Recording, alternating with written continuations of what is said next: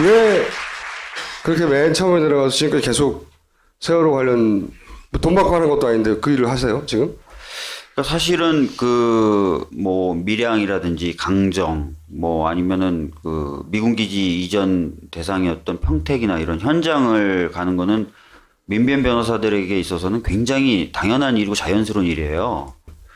근데 처음에 내려갔을 때 느꼈던 거는 와 방금 전에 마치 폭탄이 떨어진 듯한 느낌? 그런 느낌이었고요. 처음 받아보는 그런 느낌이었고 아버님들이나 어머님들은 굉장히 화가 나 계셨어요. 근데 그런 느낌을 몸으로 이제 받으면서 이분들의 어떤 그런 느낌들을 좀 어떻게든 같이 이제 느끼다 보니까 그런 걸 좀 뭐랄까요 벗어나게 해드리고 싶다. 좀 뭔가 좀 도움이 되고 싶다. 그리고 그게 아무도 안 도와주니까. 그렇죠. 그리고 그런 상황에서 근데 뭔가를 또 끊임없이 하시려고 하셨어요. 뭐 사회적으로도 문제 제기를 하시고 싶어 하셨었고 또는 뭐 뭔가 국민들하고도 시민들과도 같이 뭔가 하려고 하셨는데 다 처음이시잖아요. 경험이 없으시잖아요. 그러니까 또 도움도 많이 필요했었던 상황이고 해서 굉장히 뭐랄까요? 빨려 들어가는 것처럼. 그러니까 민변 사무실에서도 다 없다고.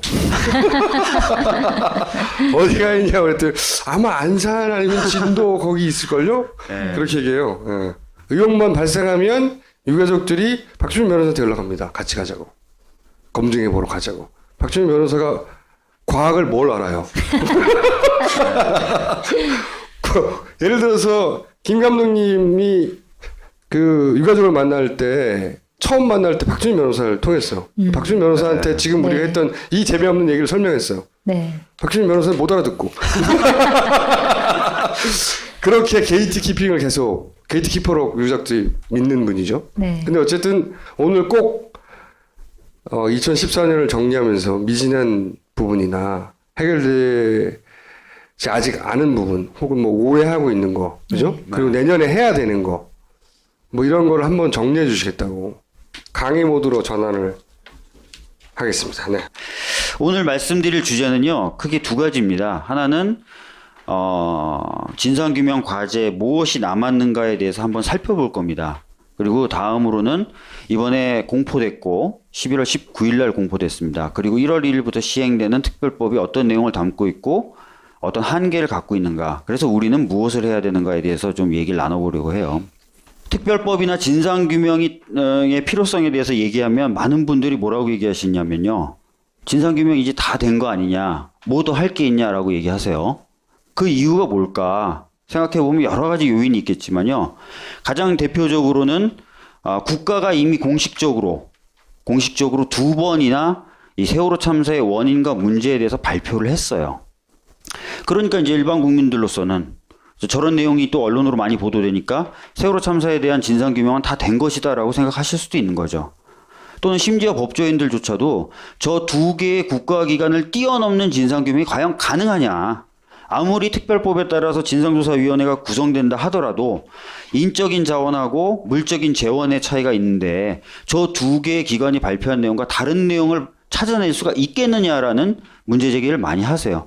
그래서 과연 진짜 그런가에 대해서 한번 살펴보려고 합니다. 먼저 검찰이 발표한 것을 먼저 보면요. 첫 번째가 뭡니까? 무리한 증톤을 했다. 이 증톤이 뭐냐면 증톤이라는 게 증개축이에요. 증축을 한 걸 증톤이라고 합니다. 저는 이거 공소장에 있는 내용을 긁어갖고 온 거예요.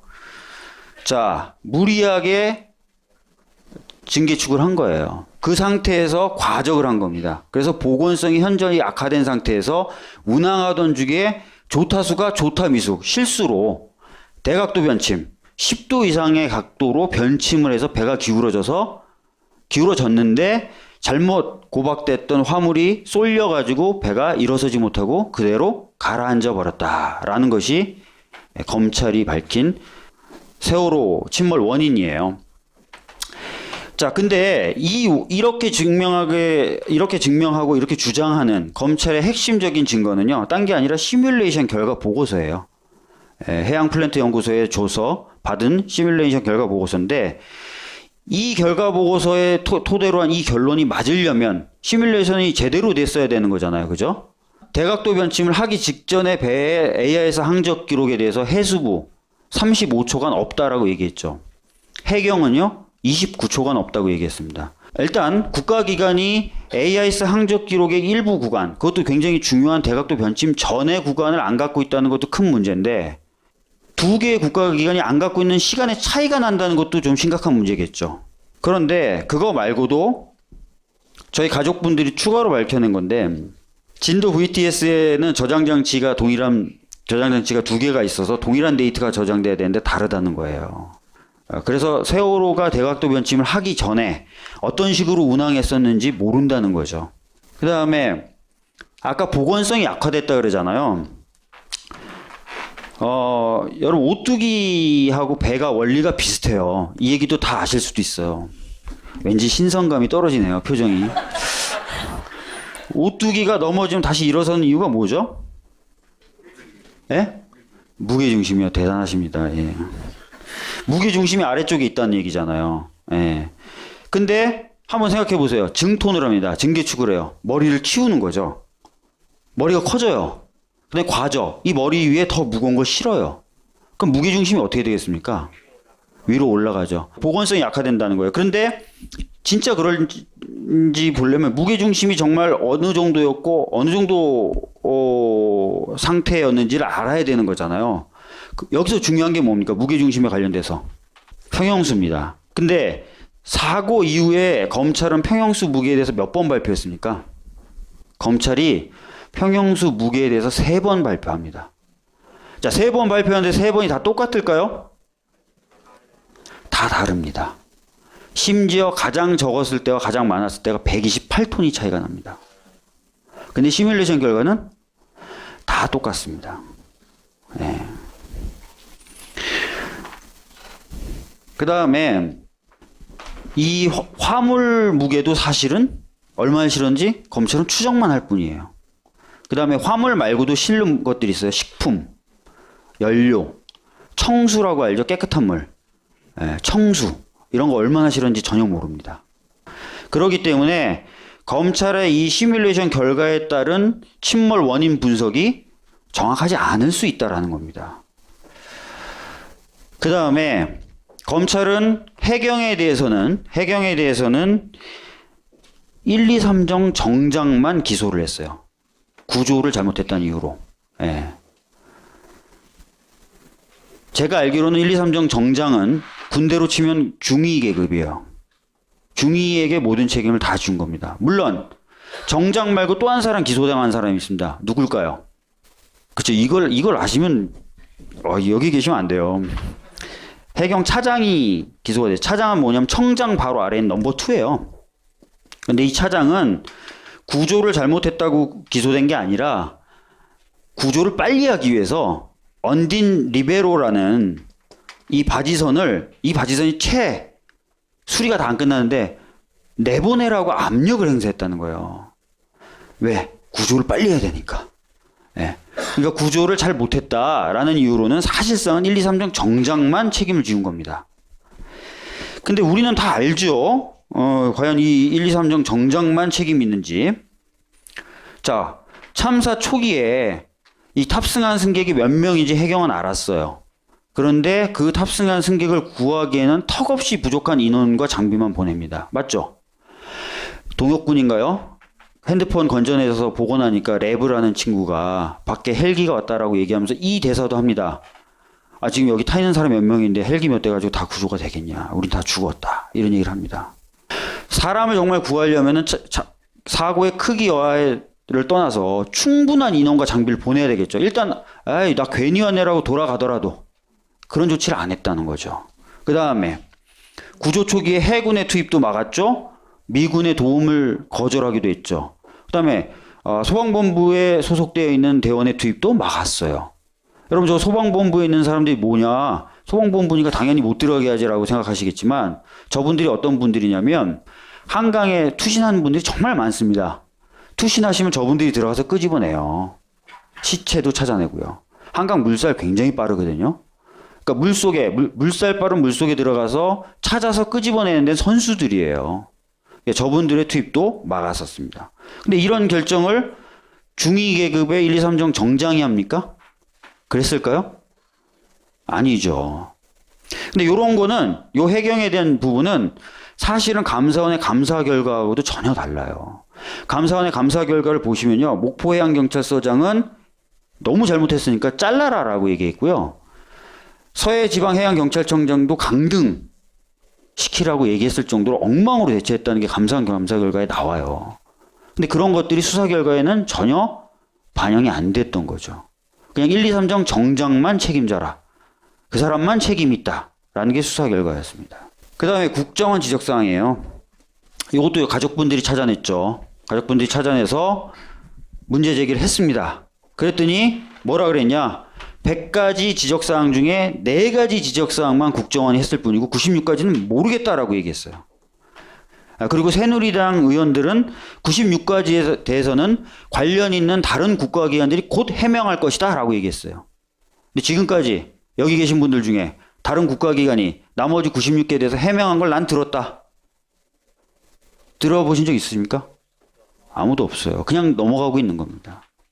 그 다음에 저 지적사항이 나온 이유는 세월호가 국가보호장비로 지정이 돼서 보안 측정을 한 것이다 라고 얘기를 했어요.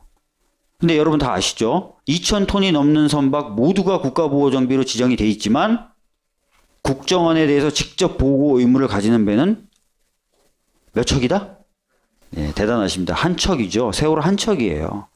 그 이유에 대해서 국정원은 해명을 하고 있습니까? 국정원은 자기도 왜 이렇게 되는지 모르겠다고 하고 있습니다. 근데 여러분 혹시 이런 거 아세요? 최근에 보도된 내용이에요. 양우공제라고 있습니다. 이건 의혹이에요. 양우공제가 뭘까요? 공제회. 보통 공무원들이 무슨 공제회 이런 거 많이 합니다. 뭐죠? 보통 공제회는 전직 직원들이 가가지고 상조 비슷하게 돈을 걷어서 그걸 안정적으로 운영을 하면서 뭔가 도움을 주기도 하고 챙기는데요. 근데 양우공제회라는 게 있대요. 국정원에는. 근데 이 양우공제회가 골프장도 운영을 하고 선박에도 투자했었던 사실이 있다는 거 아십니까? 근데 이 양우공제회가 전직 국정원 직원들로 이루어진 게 아니라 현직 국정원 직원들로 이루어졌다는 거 아십니까? 현직 국정원 직원, 특히 기조실장이 이사장을 맡고 있습니다. 의심이 들죠, 그죠? 그 꼼꼼한 지적사항, 냉장고가 약간 불량하다. 이 화장실에 실리콘이 잘 안 붙어 있네. 야, 이래가지고 어떻게 손님 접대하겠어? 이 지적사항이 혹시나 이런 생각이 드는 겁니다. 특히 골프장 같은 거 운영하는 양태를 보면요, 굉장히 비밀스러워요. 인수를 하고도 회사명도 안 바꾸고 기존에 있는 이사들을 자르지도 않습니다. 그래서 밖에서는 이게 인수된 건지 안 인수된 건지 알 수도 없게끔 이렇게 인수해서 운영을 합니다. 의심이 드는 거죠. 하지만 우리는 모르죠. 그죠? 네. 그 다음에 언딘 투입을 위해서 해군을 막았는지 이 의혹에 대해서 많은 국민들도 분노를 했었죠. 사실 그런 거 아니냐라고 했죠. 근데 사실은 해군의 자유로운 판단에 따른 것이다 라고 검찰은 수사 결과를 발표했어요. 근데 이런 걸 한번 봐봐야 돼요. 이 보고서는요, 4월 23일, 그러니까 세월호 참사 후 일주일 후에 해군이 직접 작성을 해서 새정치민주연합에 보고한 문서입니다. 이 문서를 보면요, 4월 16일 사고 당일날 저녁 6시부터 6시 35분 사이에 SSU 2개 조가 잠수를 해서 하잠색 1개를 최초로 설치했다라고 나옵니다. 이건 굉장한 자랑이죠, 자기네들 입장에서는. 그렇게 어려운데 자기네들이 내려서 가이드라인을 쳤다는 거예요. 근데 그 밑을 볼까요? 쳤는데 성공했는데 35분 이후에 잠수를 하지 않았어요. 가이드라인을 정작 치고 나서. 그 이유가 뭐냐? 탐색 구조를 주도하고 있는 해경에서 잠수 작업을 통제했다. 이렇게 나오고 있습니다. 아까 검찰은 뭐라 그랬죠? 해군의 자유로운 판단에 따른 것이다. 이렇게 얘기했죠? 예. 4월 17일 날 볼까요? 다음 날 오전 정조 시간대 SSU하고 UDT가 잠수 준비를 마치고 현장에 대기하고 있었어요. 근데 잠수는 안 했습니다. 왜 안 했을까요? 민간업체 가로 열고 언딘 가로 닫고 우선 잠수를 위해 해경이 현장 접근을 통제. 자, 그러면 이번에 나온 검찰의 수사 결과하고 이거하고는 일치하나요? 일치 안 하죠. 자, 유병헌 정관계 로비 의혹. 많은 분들이 뭔가 이상하다. 왜 이렇게 세월호는 부정추랑도 많이 하고 이상하다. 뭔가 이상하다. 그 중에 하나로 지목됐었던 이유 중에 하나로 지목됐었던 게 바로 유병헌의 정관계 로비 의혹인데 검찰은 시중에 떠돌고 있는 골프채를 이용한 로비는 조사해 보니까 사실 무근이다. 그러니까 정관계 로비는 없었다라는 식으로 결론을 내리고 있어요. 그런데 골프채를 이용한 로비를 하지 않았다는 것만으로 자동적으로 정관계 로비가 없었다고 보기는 어렵잖아요. 과연 철저하게 여러 가지 측면에서 다 수사를 했는지 이런 게 저는 의문이라는 거예요. 저 같아도 그래요. 제가 돈 많은 놈이고요. 로비할 필요가 있으면 제 신념에 근데 골프채로만 로비를 해야 된다. 이렇게 신념이 형성되진 않잖아요. 뭔가 로비를 하고 싶어. 그렇지만 골프채가 아닌 것으로 로비를 하는 건 내가 너무 쪼잔해 보이고 웃겨. 이렇진 않잖아요. 그러면 철두철미하게 다른 어떤 수단들을 썼는지도 조사를 해야 됐는데 과연 그런 것을 하고서 저런 결론을 내렸는지 의문이라는 겁니다. DVR 관련 의혹도 있죠. 가족분들은 저 DVR이 뭔지 아시죠? 세월호 선내에 설치되어 있던 CCTV에서 촬영한 영상들이 저장되는 저장장치입니다. 저 저장장치가 배가 급격히 기울기 좀 전에 꺼지는 것이 혹시나 누군가의 인위적인 조작에 의한 것이 아니냐라고 의혹을 제기했는데 거기에 대해서 검찰은 그냥 영상에 표시된 시각, 영상을 틀어보면 영상에 뜨는 시간이 실제 시간하고 보다 18분 정도 느리게 나타나는 것일 뿐이지 의혹은 없다라고 얘기하고 있어요. 근데 이미 가족분들은 18분 차이 난다는 거 다 알고 있었어요. 저희가 그걸 건져내서 그냥 복원만 시킨 게 아닙니다. 복원해서 가져온 다음에 디지털 포렌식 전문가에게 맡겨서 분석까지 다 했었어요. 그리고 나서 저런 의혹을 제기한 겁니다. 가족들이 알아낸 거죠. 가족들은 18분이 어떤 18분인지 이렇게까지 아주 세밀하게 분석을 했어요.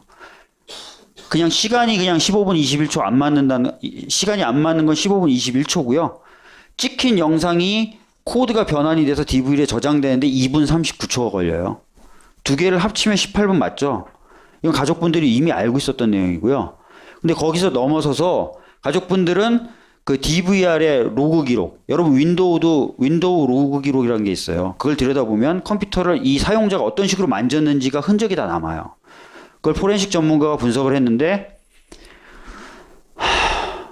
정상적으로 종료 버튼을 눌러서 끈 건 아니다.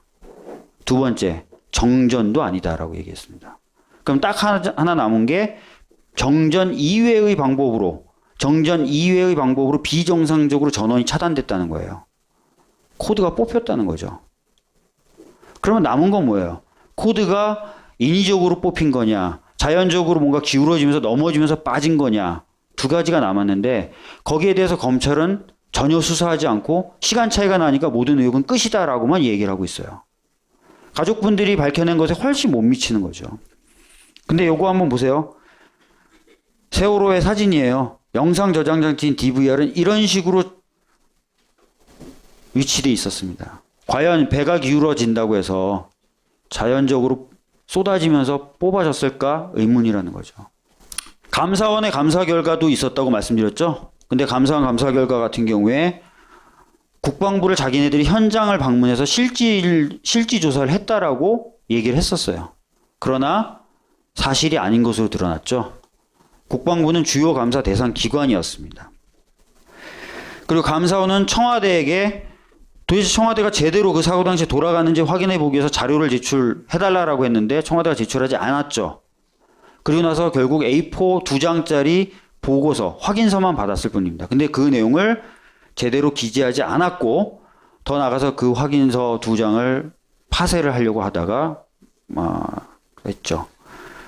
그래서 청와대에 대해서 다시 감사를 하지 않겠냐라고 국회의원들이 요구했을 때 하지 않겠다라고 얘기했습니다. 근데 여러분 요즘에 드러나는 모습 보시니까 어때요? 조홍천이라는 이분이 4월 15일 날 민정수석한테 불려가죠. 그래서 너 나가라라는 말을 들었다는 거잖아요. 그때 본인의 말에 따르면 저 때가 어떤 때라는 거죠? 4월 16일 세월호 참사가 있었던 거고요. 4월 15일 날 저렇게 저 사람의 말이 맞다면 청와대 내부에 굉장한 권력 암투가 있었다는 거죠. 막 혼란스럽고 암투를 벌이고 있는 그런 상황이 아니었을까. 저는 지금 요즘에 나오는 어떤 이야기들 보고 그렇게 생각을 해보는 겁니다. 진짜 그리고 그런 암투 속에 있었다면 세월호 참사가 귀에 눈에 들어왔을까요? 당장 쟤 잘라라, 못 자른다, 네가 왜 못 잘리냐 막 하면서 막 서로 막 치고받고 막, 그죠? 물론 보도된 내용에 따르지만 사실인지 아닌지 확인돼 봐야 되겠지만 뭐 박지만 씨를 미행을 하고 막 그거 관련돼서 막 저렇게 문제제기가 되고 막 완전히 아수라장이었을 것 같은 분위기. 사실이라면. 그 속에서 과연 세월호 참사가 저 권력자들의 눈과 귀에는 제대로 들어왔겠냐 이거예요. 내가 지금 죽고 살고 하는 판인데. 그래서 감사원이 청와대에 대해 감사를 제대로 하지 않았다, 못했다 라는 것은 감사를 거의 안 했다는 것과 마찬가지다. 그래서 결론을 좀 말씀드리면 감사원의 어떤 감사 결과, 검찰의 수사 결과 모두 다 진실을 규명했다고 보기는 어렵다라고 저는 본다는 겁니다. 특히 최근에 국정감사 때 크게 이슈가 됐던 게 뭐예요? 세월호를 사는데 산업은행에서 대출해 준 거. 어떻게 이렇게 부실하게 대출이 이루어질 수 있냐? 배를 실물로 보지 않았을 뿐만 아니라 감정평가서가 나오기도 전에 대출을 해주는 거. 이게 산업은행이 원래 했던 관행과 맞지도 않을 뿐만 아니라 너무 문제 많은 대출이 아닌가? 왜 이런 대출이 가능했는가? 이런 문제가 또 이야기가 됐었죠. 근데 그 부분에 대해서는 감사원도 검찰도 아무런 조사와 수사를 하지 않고 있다라는 거예요. 그래서 세월호에 관련돼서 두 가지 국가기관이 공적인 진상규명 결과를 내놨지만 적어도 제가 보기에는 제대로 된 진상규명이 이루어진 건 아니다. 오히려 저런 부분들을 보다 철저히 더 살펴볼 필요가 있다. 그런 느낌을 가지고 있다는 것입니다. 여기까지가 제가 말씀드리고 싶었던 첫 번째 진상규명 남은 과제, 진상규명 지금까지 제대로 됐다고 볼 수 있는가에 대한 부분이었고요. 두 번째로는 그럼 이것을 밝히기 위해서 힘들게 얻어낸 우리 특별법이라는 것이 정말 그런 내용들을 갖고 있나 좀 보도록 하겠습니다. 보통 그 특별법이라고 하는 단어 내에는 크게 보면 사실상 두 가지 내용이 포함되어 있어요. 하나는 이번에 진짜 11월 19일 날 통과가 됐고, 공포가 됐고, 이제 1월 1일부터 시행되는 그 특별법이 있습니다. 딱 보면 특별법 이렇게 되는 법이 있어요. 그거 말고 상설특검을 어떻게 할 것인가에 대한 여야의 정치적 합의도 있습니다. 그래서 보통은 요 두 개를 합쳐서 특별법 보통 이렇게 얘기하고 언론도 그렇게 보도를 합니다. 근데 이 협의의 특별법, 이번에 통과됐고 내년에 시행되는 이 특별법은 특별조사위원회를 어떻게 만들고 그걸 통해서 조사를 어떻게 하느냐의 내용을 담고 있고요. 수사와 기소에 대해서는 상설특검법을 이용하기 때문에 그 상설특검법을 어떤 식으로 운영할 것인가에 대한 여야의 합의서, 이렇게 이제 구성이 되어 있다고 보시면 됩니다. 광의의 특별법은. 원래대로라면 저런 구분은 필요 없어요. 여기서 원래대로라는 건 가족분들의 요구에 따를 경우를 말씀드리는 겁니다. 지금 저 합의에 따라서도 수사권, 기소권을 줬다고 정치권들은 얘기해요. 특검을 통해서 수사권과 기소권을 준 거다라고 얘기합니다. 가족분들 입장에서 얘기했던 거와 근데 차이는 뭐냐면 가족분들은 조사위원회가 구성이 되면 그 조사위원회 위원 중에 한 사람에게 수사권과 기소권을 주는 방식으로 하는 거예요. 근데 저건 어떻게 돼 있죠? 찢어져 있죠. 하나는 조사를 담당하는 특위, 수사와 기소를 담당하는 상설특검, 이런 식으로 찢어놓은 거예요. 두 개를. 요 하나에 다 들어갈 걸 이렇게 쪼개놓은 겁니다. 그래서 협의의 특별법과 상설특검법에 대한 정치적 합의라는 두 가지가 나눠져서 만들어지게 된 거예요. 수사권과 기소권을 이 위원 중에 한 사람에게 주겠다라는 것은 여당뿐만 아니라 야당도 거부한 아이디어입니다. 새정치민주연합도 처음부터 저건 못 받겠다라고 얘기했어요. 왜일까요? 이렇게 되면은 국회가 여당이나 야당이나 누가 특검이 되느냐, 사실상 이것도 특검이거든요. 누가 검사가 되느냐, 누가 특검이 되느냐에 대해서 전혀 영향력을 행사할 수가 없어요. 야당으로부터도 독립된 특검입니다. 이렇게 되면. 예. 근데 저렇게 가는 순간 여당과 야당이 영향력을 행사할 수 있죠. 누가 검사가 되느냐에 대해서. 그런 것이 있지 않았을까? 저 혼자 한번 생각을 해봅니다. 자, 그래서 먼저 협의의 그 특별법에 대해서 먼저 살펴보도록 하겠습니다. 아까 말씀드렸죠? 협의의 특별법은 조사를 담당할 위원회를 만들고 그 위원회를 통해서 조사를 하는 거다. 이렇게 말씀드렸죠? 자, 이 얘기 계속 나오니까 이거 정리하고 가죠. 여러분, 조사와 수사의 차이가 뭡니까? 특정한 범죄 혐의를 전제로 사실관계를 파악하는 걸 수사라고 합니다. 특정한 범죄 혐의를 전제하지 않고 사실관계가 어떻게 되는지 알아보는 것을 조사라고 합니다. 통상. 그래서 국정수사라고 안 하고 국정조사라고 합니다. 위원회라는 걸 만든다. 그리고 그 위원회가 조사를 하는 거다까지 말씀드렸습니다. 그리고 수사, 조사와 구분되는 수사, 그리고 수사 결과에 따라서 기소는 현재 법체계에서는 상설특검법을 이용하는 식으로 됐다까지는 말씀드렸어요. 자, 조사를 하는데 위원회를 만든다고 했습니다. 위원회라는 게 뭐죠? 위원들로 구성된 회의체를 위원회라고 그러죠.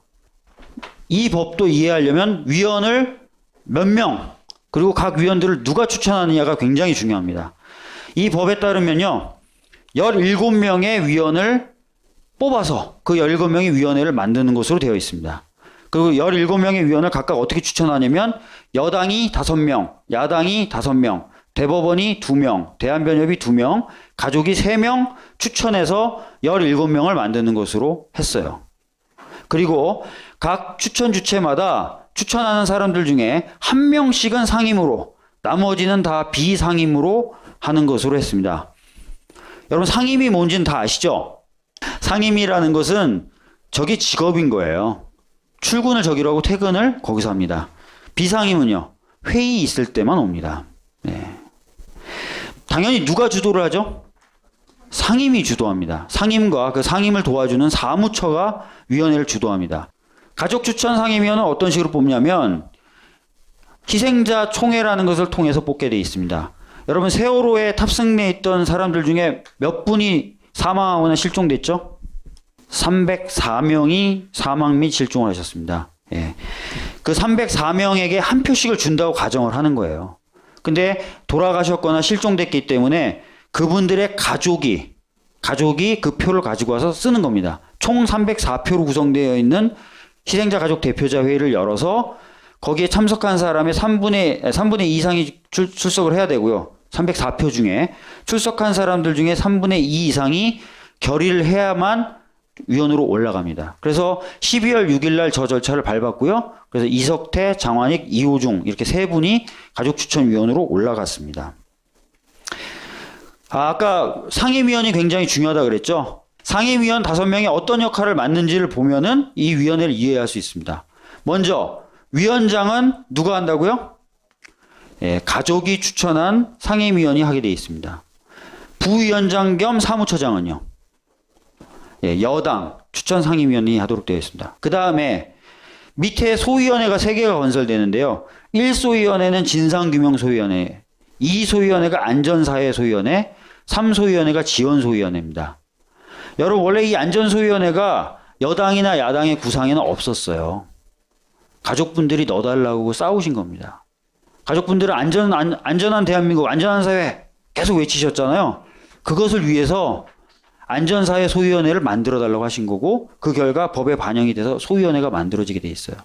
그리고 이 안전사회 소위원회에서는 각종 법령, 시설들을 점검해서 권고를 하게 돼 있고요. 그 권고에 정부가 따르지 않을 경우에는 따르지 않는 사람에 대해서 징계를 요구할 수 있게끔 돼 있어요. 예. 가족분들은 뻥치시지 않습니다. 가족분들 안전한 사회 만들기 위해서 노력을 하시고 계세요. 제1소위원회 소위원장은 야당이 추천한 상임위원이 하게 되어 있습니다. 자, 그러면 대법원과 대한변협이 추천한 상임위원 2명이 남아있죠. 그 사람들이 각각 2, 3소위원회의 위원장으로, 소위원장으로 들어가게 됩니다. 그럼 5명 다 됐죠? 그죠? 하나, 둘, 셋, 넷, 5명 다 됐습니다. 그리고 5명의 상임위원을 뺀 나머지 12명의 위원들이 각 소위원회의 위원으로 참가하는 것입니다. 그럼 17명 배치가 끝났어요. 이렇게 짜집니다. 근데 사실 17명 가지고 일을 하는 건 아니잖아요. 예. 뭐를 더 설치하냐면 120명 규모의 사무처가 설치가 됩니다. 예. 여러분 어떠세요? 120명 많은 것 같습니까? 적은 것 같습니까? 네? 적어요?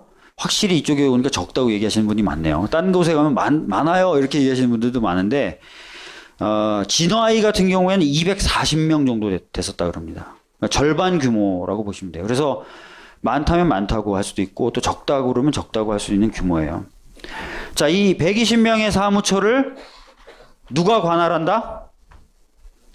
예, 여당은 어느 당? 예, 새누리당이 추천한 상임위원이 사무처장이 돼서 이 120명을 관할합니다. 자, 그리고 이 120명의 사무처 소속 직원들은 어떤 식으로 뽑느냐? 3급 이상의 고위직은 위원회가 심사를 해서 위원장이 제청, 그다음에 대통령이 임명을 하게 됩니다. 여러분, 제청이라는 개념이 뭐죠? 법률 용어인데 일종의 리스트 작성 권한이에요. 리스트 작성 및 제출 권한. 예. 그러니까 이거 3급 이상은 위원장이 심사된 사람을 대상으로 해서 위원장이 리스트를 짜서 대통령에 올리는 거예요. 그럼 대통령이 임명을 하는 거예요. 4, 5급은요. 위원회를 심사를 거쳐서 그냥 바로 위원장이 임명하면 됩니다. 6급 이하는요. 사무처장이 리스트를 짜요. 그 다음에 위원장이 임명을 합니다. 근데 실질적으로 조사를 하는 대부분의 조사관들은요. 6급 이하입니다.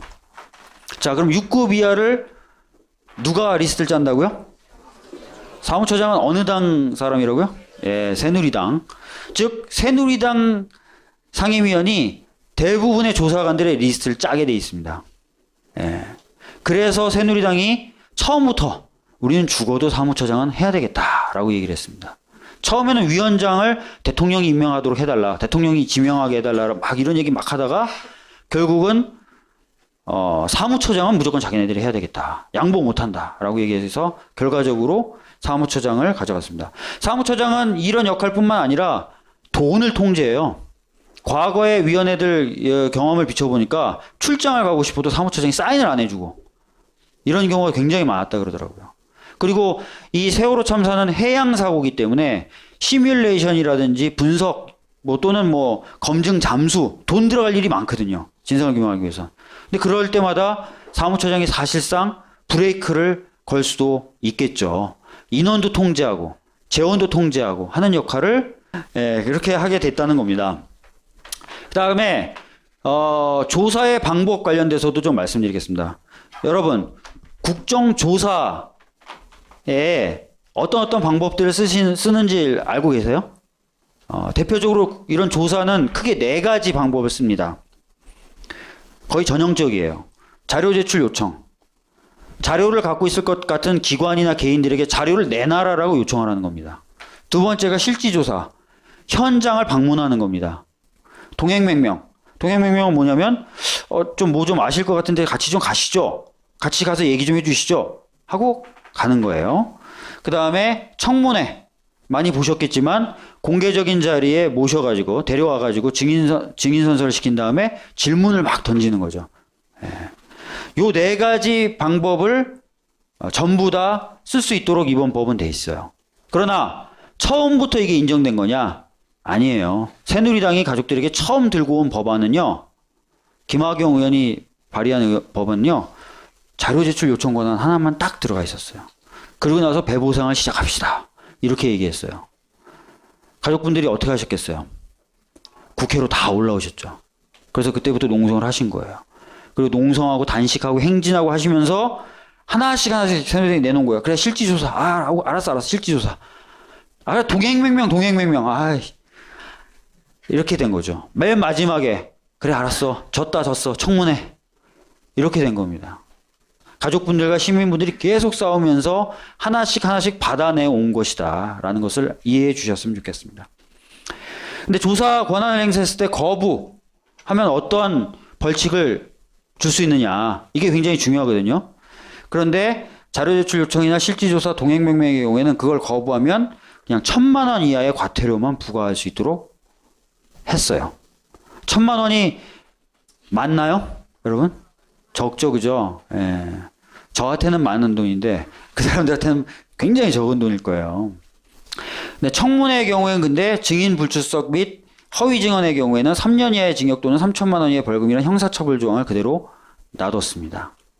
저건 조금 잘한 거죠. 근데 조사의 한계, 아예 조사를 못하는 부분도 있습니다. 뭐냐, 자료 제출이나 뭐 실질조사 시 자료 제출 같은 경우 거부할 수 있는 이유로 뭘 두고 있냐면요.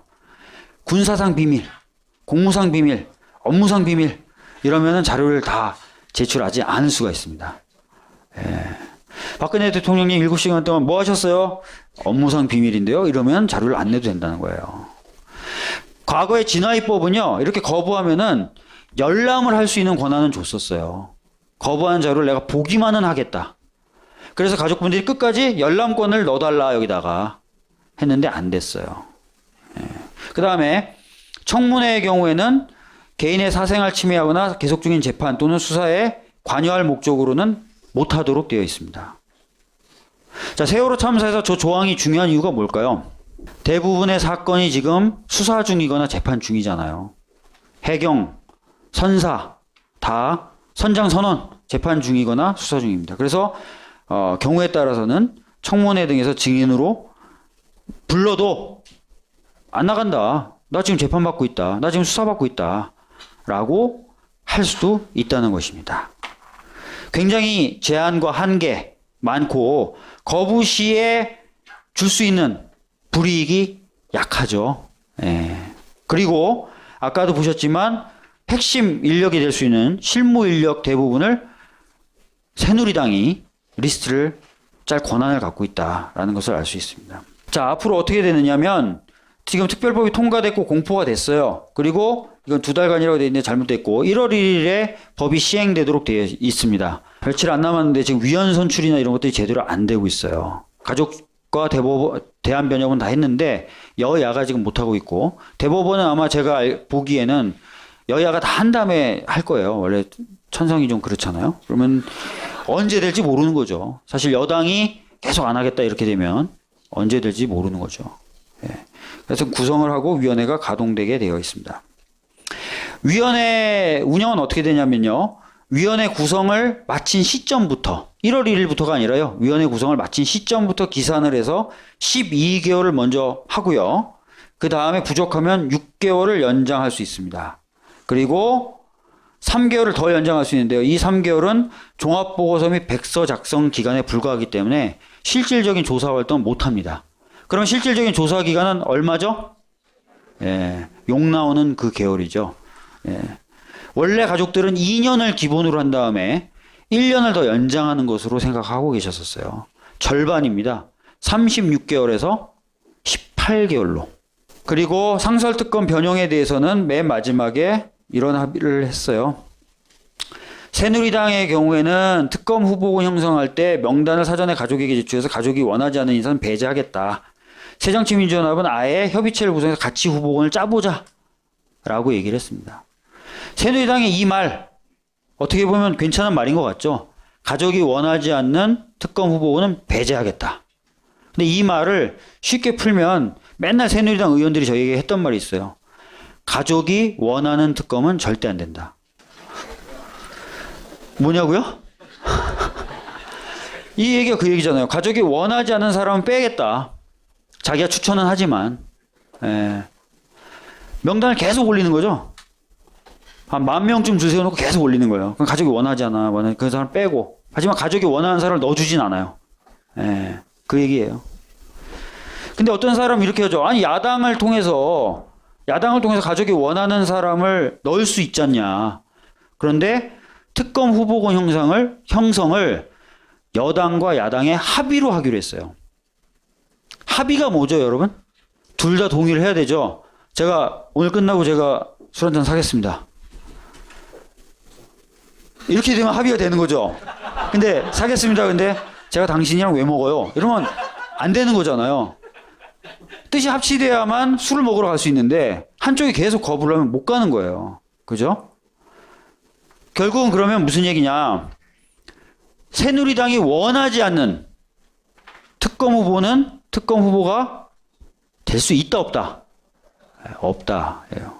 새누리당이 원하지 않는 특검 후보는 특검 후보군에 들어갈 수 없다. 이게 최종적 합의의 내용입니다. 사실상. 결국은 그래서 이렇게 될 거예요. 여당 성향이 강한 사람. 이거는 가족들이 안 된다고 뺄 거고. 야당 성향이 강하거나 진짜 진상규명에 강한 의지가 있는 사람. 이건 여당이 빼겠죠. 그러면 가운데 있는 사람. 정말 무색무취한 분들. 인생을 굉장히 평탄하게 살아오신 분들. 김어준 총수와는 정반대의 삶을 살아온 사람들. 이런 분들만 남겠죠. 물론 이런 분들이 특검 후보가 된 다음에 갑자기 짜잔! 난 이것을 위해서 20년 동안 참아왔어. 이제부터 진상규명 제대로 한번 시작해보자. 이렇게 하실 수도 있겠지만 그럴 가능성은 거의 없다. 결과적으로 굉장히 제가 평가할 때는 여당에게 큰 안전판을 제공해 준 것이다. 예. 종합을 해볼게요.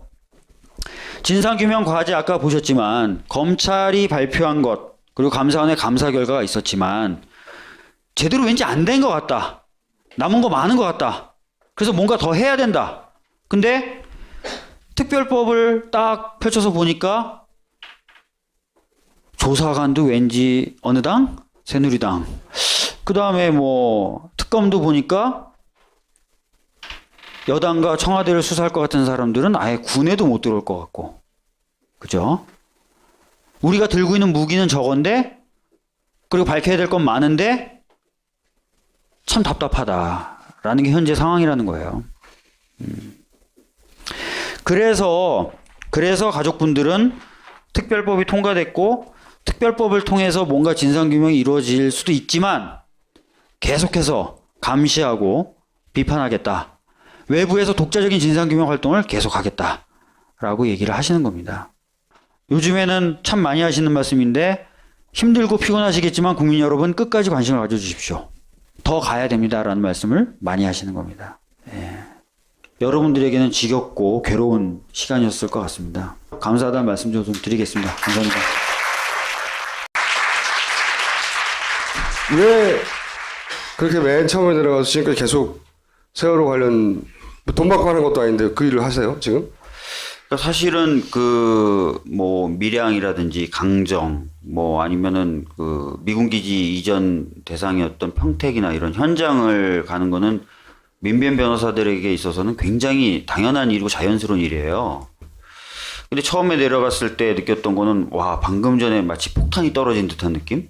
그런 느낌이었고요. 처음 받아보는 그런 느낌이었고 아버님들이나 어머님들은 굉장히 화가 나 계셨어요. 근데 그런 느낌을 몸으로 이제 받으면서 이분들의 어떤 그런 느낌들을 좀 어떻게든 같이 이제 느끼다 보니까 그런 걸 좀 뭐랄까요 벗어나게 해드리고 싶다. 좀 뭔가 좀 도움이 되고 싶다. 그리고 그게 아무도 안 도와주니까. 그렇죠. 그리고 그런 상황에서 근데 뭔가를 또 끊임없이 하시려고 하셨어요. 뭐 사회적으로도 문제 제기를 하시고 싶어 하셨었고 또는 뭐 뭔가 국민들하고도 시민들과도 같이 뭔가 하려고 하셨는데 다 처음이시잖아요. 경험이 없으시잖아요. 그러니까 또 도움도 많이 필요했었던 상황이고 해서 굉장히 뭐랄까요? 빨려 들어가는 것처럼. 그러니까 민변 사무실에서도 다 없다고. 어디가 있냐고 그랬더니 아마 안산 아니면 진도 거기 있을걸요? 네. 그렇게 얘기해요. 예. 의혹만 발생하면 유가족들이 박주민 변호사한테 연락합니다. 같이 가자고.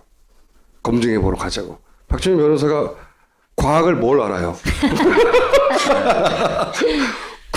예를 들어서 김 감독님이 그 유가족을 만날 때 처음 만날 때 박주민 변호사를 통했어요. 박주민 변호사한테 지금 우리가 했던 이 재미없는 얘기를 설명했어요. 네. 박주민 변호사는 못 알아듣고.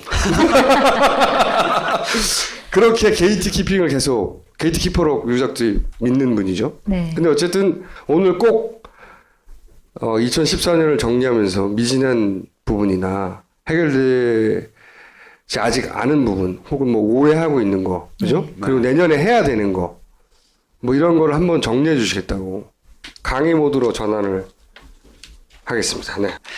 오늘 말씀드릴 주제는요, 크게 두 가지입니다. 하나는 진상규명 과제 무엇이 남았는가에 대해서 한번 살펴볼 겁니다.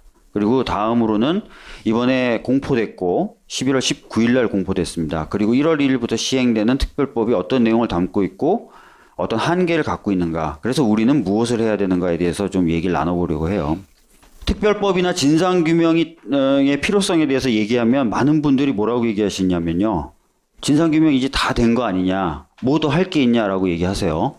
그 이유가 뭘까 생각해보면 여러 가지 요인이 있겠지만요, 가장 대표적으로는 국가가 이미 공식적으로 두 번이나 이 세월호 참사의 원인과 문제에 대해서 발표를 했어요. 그러니까 이제 일반 국민들로서는 저런 내용이 또 언론으로 많이 보도되니까 세월호 참사에 대한 진상규명 정장이 합니까? 그랬을까요? 아니죠. 근데 요런 거는, 요 해경에 대한 부분은 사실은 감사원의 감사 결과하고도 전혀 달라요. 감사원의 감사 결과를 보시면요, 목포해양경찰서장은 너무 잘못했으니까 잘라라라고 얘기했고요, 서해지방해양경찰청장도 강등 시키라고 얘기했을 정도로 엉망으로 대처했다는 게 감사원 감사 결과에 나와요. 근데 그런 것들이 수사 결과에는 전혀 반영이 안 됐던 거죠. 그냥 1, 2, 3정 정장만 책임져라, 그 사람만 책임이 있다라는 게 수사 결과였습니다. 그 다음에 국정원 지적사항이에요. 이것도 가족분들이 찾아냈죠. 가족분들이 찾아내서 문제 제기를 했습니다. 그랬더니 뭐라 그랬냐, 100가지 지적사항 중에 4가지 지적사항만 국정원이 했을 뿐이고 96가지는 모르겠다라고 얘기했어요. 그리고 새누리당 의원들은 96가지에 대해서는 관련 있는 다른 국가기관들이 곧 해명할 것이다 라고 얘기했어요. 근데 지금까지 여기 계신 분들 중에 다른 국가기관이 나머지 96개에 대해서 해명한 걸 난 들었다, 들어보신 적 있으십니까? 아무도 없어요. 그냥 넘어가고 있는 겁니다. 그 다음에 저 지적사항이 나온 이유는 세월호가 국가보호장비로 지정이 돼서 보안 측정을 한 것이다 라고 얘기를 했어요. 근데 여러분 다 아시죠? 2,000톤이 넘는 선박 모두가 국가보호장비로 지정이 돼 있지만 국정원에 대해서 직접 보고 의무를 가지는 배는 몇 척이다? 네, 대단하십니다. 한 척이죠. 세월호 한 척이에요. 그 이유에 대해서 국정원은 해명을 하고 있습니까? 국정원은 자기도 왜 이렇게 되는지 모르겠다고 하고 있습니다. 근데 여러분 혹시 이런 거 아세요? 최근에 보도된 내용이에요. 양우공제라고 있습니다. 이건 의혹이에요. 양우공제가 뭘까요? 공제회. 보통 공무원들이 무슨 공제회 이런 거 많이 합니다. 뭐죠? 보통 공제회는 전직 직원들이 가가지고 상조 비슷하게 돈을 걷어서 그걸 안정적으로 운영을 하면서 뭔가 도움을 주기도 하고 챙기는 데요. 근데 양우공제회라는 게 있대요, 국정원에는. 근데 이 양우공제회가 골프장도 운영을 하고 선박에도 투자했었던 사실이 있다는 거 아십니까? 근데 이 양우공제회가 전직 국정원 직원들로 이루어진 게 아니라 현직 국정원 직원들로 이루어졌다는 거 아십니까? 현직 국정원 직원, 특히 기조실장이 이사장을 맡고 있습니다. 의심이 들죠, 그죠? 그 꼼꼼한 지적사항, 냉장고가 약간 불량하다, 이 화장실에 실리콘이 잘 안 붙어 있네, 야 이래가지고 어떻게 손님 접대하겠어? 이 지적사항이 혹시나 이런 생각이 드는 겁니다. 특히 골프장 같은 거 운영하는 양태를 보면요, 굉장히 비밀스러워요. 인수를 하고도 회사명도 안 바꾸고 기존에 있는 이사들을 자르지도 않습니다. 그래서 밖에서는 이게 인수된 건지 안 인수된 건지 알 수도 없게끔 이렇게 인수해서 운영을 합니다. 의심이 드는 거죠. 몇 번 발표했습니까? 검찰이 평형수 무게에 대해서 3번 발표합니다. 자, 3번 발표하는데 3번이 다 똑같을까요? 다 다릅니다. 심지어 가장 적었을 때와 가장 많았을 때가 128톤이 차이가 납니다. 근데 시뮬레이션 결과는 다 똑같습니다. 네. 그 다음에 이 화물 무게도 사실은 얼마나 실었는지 검찰은 추정만 할 뿐이에요. 그 다음에 화물 말고도 실는 것들이 있어요. 식품, 연료, 청수라고 알죠? 깨끗한 물. 예, 청수. 이런 거 얼마나 실었는지 전혀 모릅니다. 그렇기 때문에 검찰의 이 시뮬레이션 결과에 따른 침몰 원인 분석이 정확하지 않을 수 있다라는 겁니다. 그 다음에 검찰은 해경에 대해서는 1, 2, 3정 정장만 기소를 했어요. 구조를 잘못했다는 이유로. 예. 제가 알기로는 1, 2, 3정 정장은 군대로 치면 중위 계급이에요. 중위에게 모든 책임을 다 준 겁니다. 물론 정장 말고 또 한 사람 기소당한 사람이 있습니다. 누굴까요? 그쵸? 이걸 아시면 여기 계시면 안 돼요. 해경 차장이 기소가 돼요. 차장은 뭐냐면 청장 바로 아래인 넘버 2예요. 근데 이 차장은 구조를 잘못했다고 기소된 게 아니라 구조를 빨리 하기 위해서 언딘 리베로라는 이 바지선이 수리가 다 안 끝나는데 내보내라고 압력을 행사했다는 거예요. 왜? 구조를 빨리 해야 되니까. 예. 그러니까 구조를 잘 못했다라는 이유로는 사실상은 1, 2, 3정 정장만 책임을 지운 겁니다. 근데 우리는 다 알죠. 과연 이 1, 2, 3정 정장만 책임이 있는지. 자, 참사 초기에 이 탑승한 승객이 몇 명인지 해경은 알았어요. 그런데 그 탑승한 승객을 구하기에는 턱없이 부족한 인원과 장비만 보냅니다. 맞죠? 동혁군인가요? 핸드폰 건져내서 보고 나니까 랩을 친구가 밖에 헬기가 왔다라고 얘기하면서 이 대사도 합니다. 아, 지금 여기 타 있는 사람 몇 명인데 헬기 몇 대 가지고 다 구조가 되겠냐. 우린 다 죽었다. 이런 얘기를 합니다. 사람을 정말 구하려면은 사고의 크기 여하를 떠나서 충분한 인원과 장비를 보내야 되겠죠. 일단 나 괜히 왔네라고 돌아가더라도 그런 조치를 안 했다는 거죠. 그 다음에 구조 초기에 해군의 투입도 막았죠. 미군의 도움을 거절하기도 했죠. 그 다음에 소방본부에 소속되어 있는 대원의 투입도 막았어요. 여러분, 저 소방본부에 있는 사람들이 뭐냐? 소방본부니까 당연히 못 들어가게 하지라고 생각하시겠지만 저분들이 어떤 분들이냐면 한강에 투신하는 분들이 정말 많습니다. 투신하시면 저분들이 들어가서 끄집어내요. 시체도 찾아내고요. 한강 물살 굉장히 빠르거든요. 그러니까 물살 빠른 물속에 들어가서 찾아서 끄집어내는 데는 선수들이에요. 저분들의 투입도 막았었습니다. 근데 이런 결정을 중위 계급의 1, 2, 3 하지만 우리는 모르죠. 그죠? 네. 그 다음에 언딘 투입을 위해서 해군을 막았는지 이 의혹에 대해서 많은 국민들도 분노를 했었죠. 사실 그런 거 아니냐라고 했죠. 근데 사실은 해군의 자유로운 판단에 따른 것이다 라고 검찰은 수사 결과를 발표했어요. 근데 이런 걸 한번 봐봐야 돼요.